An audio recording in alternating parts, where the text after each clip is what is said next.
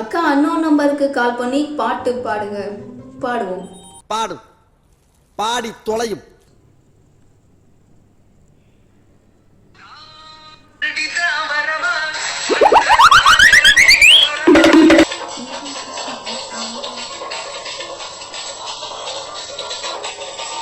One hour later.